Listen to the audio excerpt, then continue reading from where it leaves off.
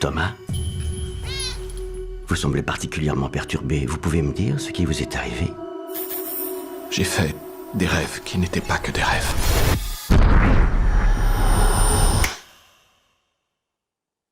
Vous pensez que je suis cinglé?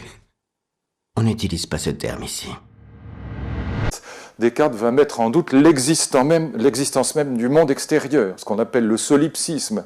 Peut-être que je suis en train de rêver, peut-être que tout ce que je vois là maintenant n'est qu'un rêve, n'a aucune réalité. Vous retrouverez ça d'ailleurs dans des romans de science-fiction, comme les romans de Philippe Cadic, l'idée que peut-être qu'on est dans un rêve. Il y a un roman de Philippe Cadic où on tombe d'un rêve dans un autre, on se réveille et puis on s'aperçoit finalement qu'on est encore dans un rêve et on tombe dans un troisième, un quatrième, un cinquième et finalement c'est une espèce de délire paranoïaque. On n'est jamais absolument certain que le monde réel existe. Il va même mettre en doute l'existence de son propre corps. Donc il va tout mettre en doute. Vous voyez, ça n'est pas simplement un doute comme on dit cuistrement, gnoséologique, un doute qui porte sur la connaissance, la possibilité d'atteindre la vérité, mais c'est un doute ontologique qui porte sur l'existence même du monde et de soi, de son propre corps.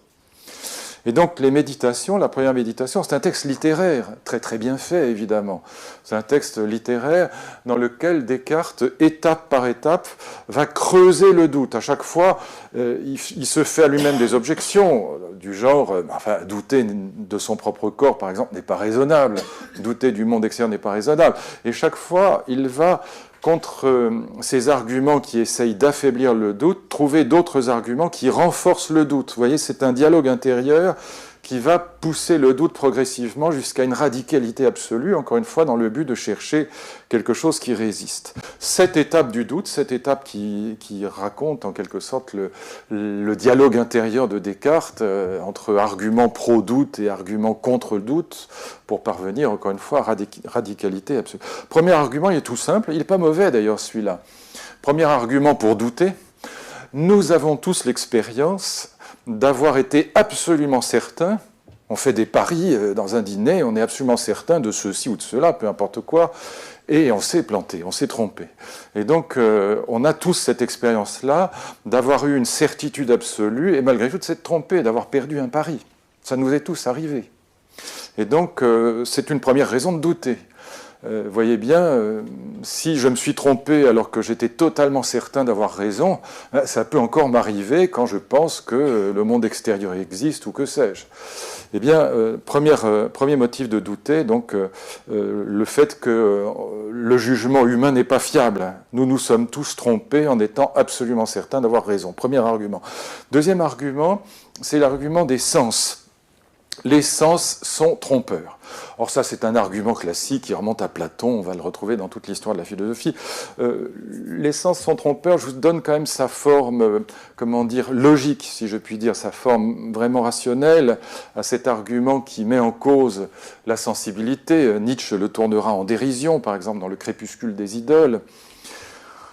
Les sens sont trompeurs, pourquoi? Parce que, je vais vous le dire de manière logique, il présente des réalités qui sont identiques sous des formes différentes. Et donc les sens contredisent le principe de contradiction. Par exemple, l'eau et la glace. L'eau et la glace, fondamentalement, c'est la même chose.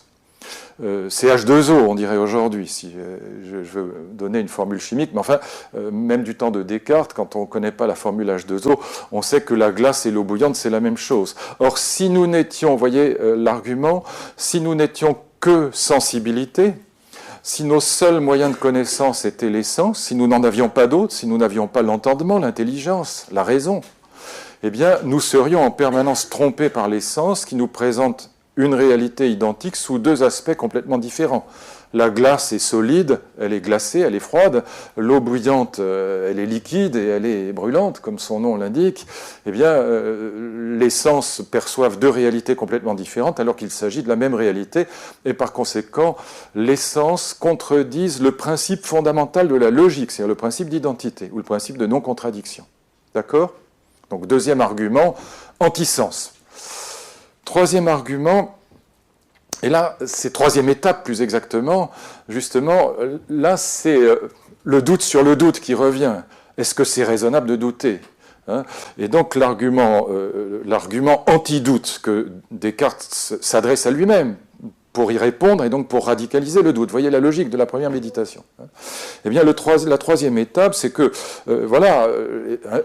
un homme de bon sens, un être humain de bon sens, dirait que tout de même, d'accord, on s'est parfois trompé, c'est vrai, d'accord, les sens sont parfois trompeurs, ok, mais enfin tout de même, il y a des choses, soyons raisonnables, voilà l'argument, il y a tout de même des choses qui sont certaines, il ne faut pas délirer, il y a des choses qui sont certaines, par exemple, je vous cite le texte de Descartes, par exemple, que je suis ici, assis auprès du feu, vêtu d'une robe de chambre, ayant ce papier entre mes mains, et comment nier que ces mains et ce corps soient à moi ? Comment nier que ces mains et ce corps soient à moi ?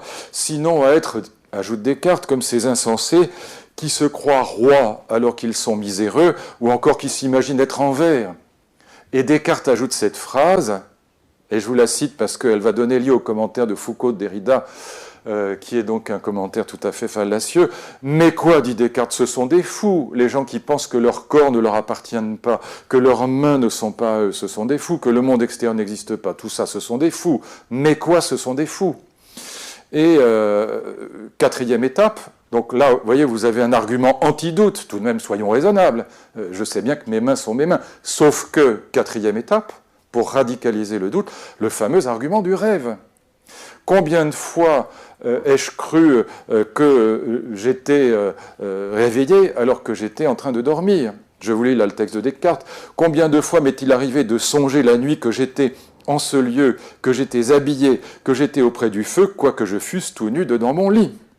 Texte archi célèbre. Hein. Et donc l'argument du rêve vient répondre à l'argument de bon sens. Et l'argument du rêve, il répond à l'argument de bon sens en disant qu'après tout, peut-être que ce que nous prenons, et là on se retrouve, si je puis dire, dans Philippe Cadic, ce que nous prenons pour la réalité n'est qu'un songe. Et peut-être que nous tombons en permanence d'un rêve dans un autre et que jamais nous ne sommes vraiment réveillés. La preuve, c'est qu'on a déjà cru qu'on était réveillé alors qu'on dormait et qu'on a déjà pris le rêve pour la réalité. Et peut-être que je suis en train de rêver en ce moment, en train de vous parler, et que c'est un songe. Voilà l'argument du rêve, voilà l'argument de Descartes. Et puis, cinquième étape, à nouveau, argument anti-doute. D'accord, on est peut-être tous en train de rêver. Peut-être là, ce soir, je suis moi-même en train de rêver, et vous aussi. Mais, enfin, d'abord, on pourrait imaginer des rêves plus sexy, mais enfin, indépendamment de ça, malgré tout, dit Descartes, même dans le rêve le plus délirant, et plus exactement dans le rêve le plus convaincant, celui qui nous donne vraiment le sentiment d'être dans le réel, mais de toute façon, même dans le rêve, voilà la cinquième étape, les vérités mathématiques restent des vérités mathématiques. Que je rêve ou que je ne rêve pas, 2 plus 2, ça continue à faire 4. J'ai eu une petite hésitation, mais enfin ça continue à faire 4. Donc 2 plus 2 font 4, dans le rêve comme dans la réalité, et par conséquent il y a quand même des vérités.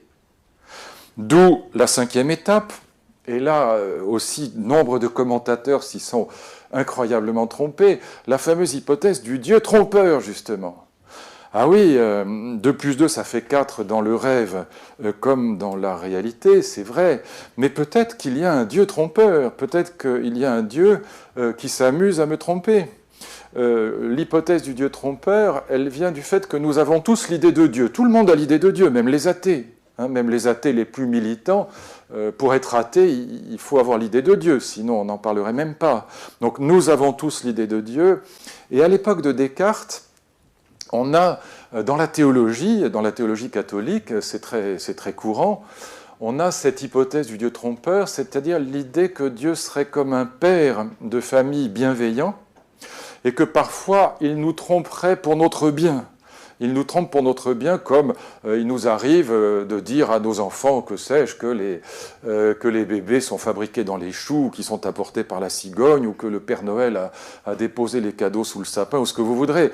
Eh bien, le Dieu trompeur, ça n'est pas un Dieu méchant, ne vous y trompez pas. C'est un Dieu bienveillant dans la théologie chrétienne de l'époque. Le Dieu trompeur est une hypothèse qui court dans les livres de théologie. Ce n'est pas du tout une hypothèse que Descartes invente, mais c'est l'hypothèse d'un Dieu plutôt paternel, plutôt bienveillant, qui trompe les humains pour leur bien, en quelque sorte. Et donc, il est possible que Dieu me trompe et que, en fait, 2 plus 2 ne fasse pas 4. Et puis, septième étape, pour radicaliser encore l'hypothèse d'un Dieu trompeur, eh bien, Descartes invente cette deuxième hypothèse pour renforcer la première, mais qui ne se confond pas avec la première.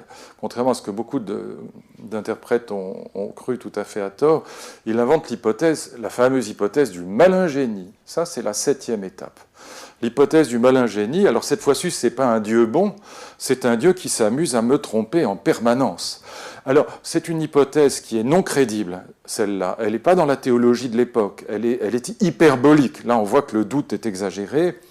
Et qu'est-ce que ça veut dire que le doute est exagéré? Eh bien, ça veut dire que Descartes s'oblige à douter par méthode. En fait, il se force à douter. Il invente des hypothèses qui l'obligent à douter, même si elles ne sont pas crédibles. Voilà les 7 étapes de la première méditation. Vous voyez, c'est assez bien fichu. Évidemment, quand on lit ça aujourd'hui, ça paraît totalement délirant. Et ça l'est d'ailleurs, et c'est volontaire. D'où justement la question de la folie. J'y reviens maintenant, ce petit passage où Descartes évoque donc cet argument anti-doute, comme je disais tout à l'heure, des gens de bon sens qui disent « mais enfin quand même, on ne peut pas douter que mes mains soient mes mains, ça n'a pas de sens ». On serait comme les insensés qui, encore une fois, s'imaginent être des princes alors qu'ils sont des miséreux. Mais quoi, ce sont des fous. La philosophie est identifiée par Descartes à une attitude qui est celle du fou. Pourquoi? Je le dis tout de suite d'entrée de jeu, parce que le philosophe est quelqu'un qui rompt avec la vie quotidienne, au fond. La vie philosophique est une vie hors du commun. C'est une vie qui s'apparente à la folie dans la mesure où, voyez bien, celui qui se met à douter comme Descartes, c'est pas tous les jours qu'on rencontre des gens qui font ce type d'opération. Il y a quelque chose d'un peu cinglé dans cette hypothèse du doute radical, du malin génie, par exemple. Et donc, il y a quelque chose qui, dans la philosophie, s'apparente à la folie.